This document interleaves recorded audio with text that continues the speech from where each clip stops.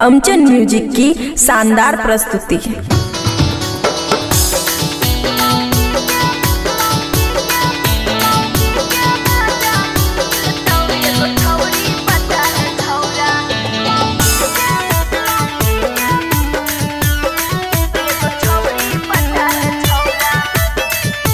खुशी recording studio बलुआहा। छोरा लागो ही फिका कले माथा पटिका तोहर रूपबा गजब खिल तो। छोरा लागो ही फिका कले माथा पटिका तोहर रूपबा गजब खिल तो। एगो छौरी पटाल छौरा मौगी के मजा मिल तो। एगो छौरी पटाल छौरा मौगी के मजा मिल तो। छोरा लागो ही फिका कले माथा पटिका तोहर रूपबा गजब खिल तो।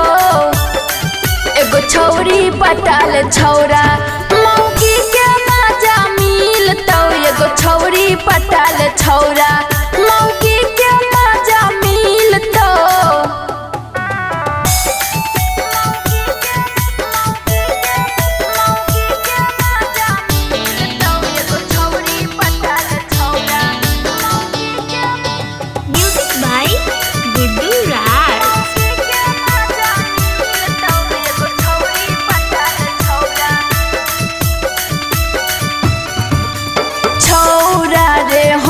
से बना के खाना खिलैतो रतिया में तो हर गोरा बो दबैतो।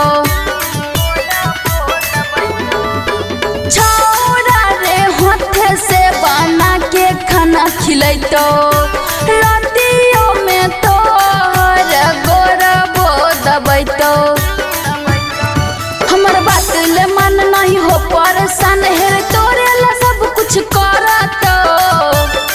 हमर बात ले मन नहीं हो परेशान हेर तोरे ला सब कुछ करत।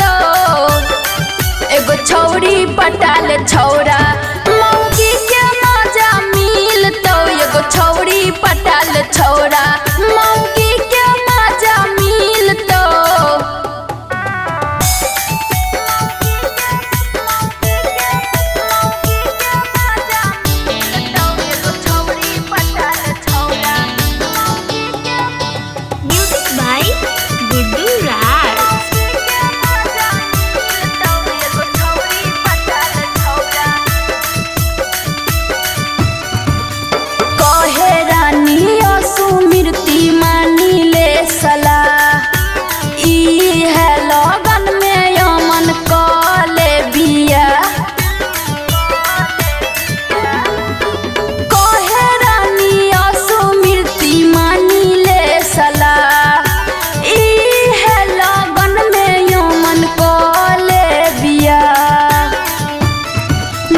तोरे दुख दे तो खूबे उ सुख पूरा जन्म ले बादानी भाई तो।